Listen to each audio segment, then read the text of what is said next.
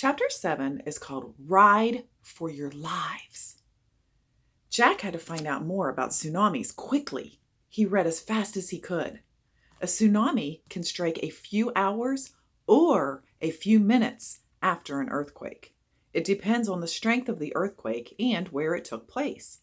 After earthquakes, it is safest for islanders to seek higher ground. We have to get to higher ground now, thought Jack, dropping the book. He ran down to the edge of the ocean. Boca, Kiama, and Annie were still paddling out beyond the waves. Jack forgot all about their fight. "Hey, you guys!" he yelled. They didn't hear him. Jack went into the shallow water. "Hey, you guys!" he yelled. "Come back!" They still didn't hear him. Jack ran to his surfboard, grabbed it, and ran into the ocean. He fought the breaking waves. Once he was past them, he threw himself onto his board and paddled wildly. The wave swells grew as he paddled. He could hardly see Annie, Boca, or Kiama over them. They paddled faster and faster, trying to reach them. "Hey!" he yelled. "Hey!" Boca looked at him. He gave back a friendly wave and then turned away again. "I have to get them to come to me," Jack thought frantically. "Help! Help!" he yelled at the top of his lungs. The three kids jerked around. They paddled quickly toward Jack with worried faces.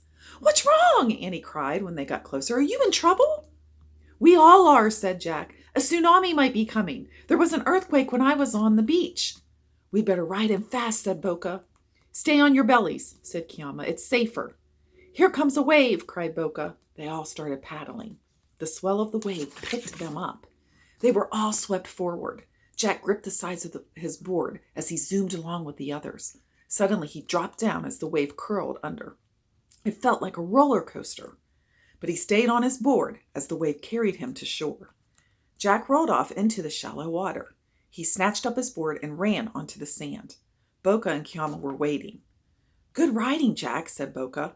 "Where's Annie?" asked Jack. Boca pointed. Annie was in the shallow water pulling her board in. As they watched, something very weird began to happen to the ocean.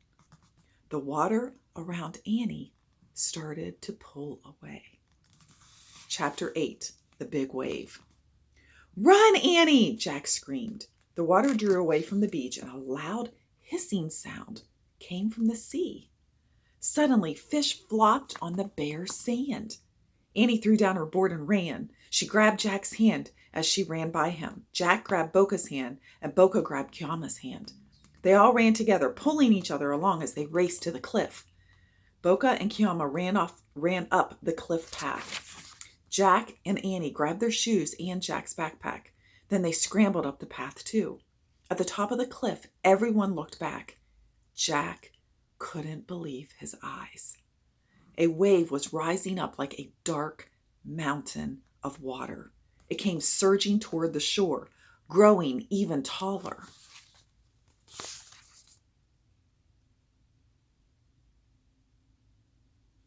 How scary would this be?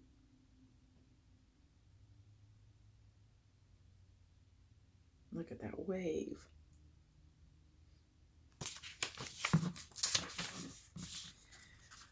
"Wow," whispered Annie. "Get back," shouted Boca. The four of them bolted back away from the edge of the rocky slope. The mountain of water crashed against the cliff. Water sprayed over the top of the rocks and rained down on them. When the water rolled back over the cliff, they all hurried back to the edge to see what had happened.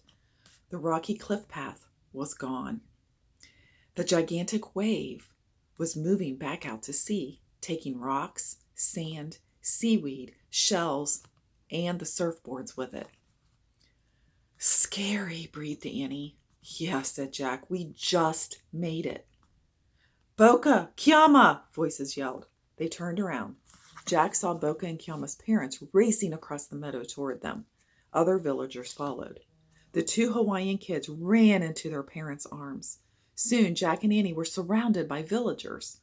Everyone was laughing and crying and hugging each other. Jack hugged Annie. He hugged Kiama and Boca and their parents, and lots of other people he didn't even know.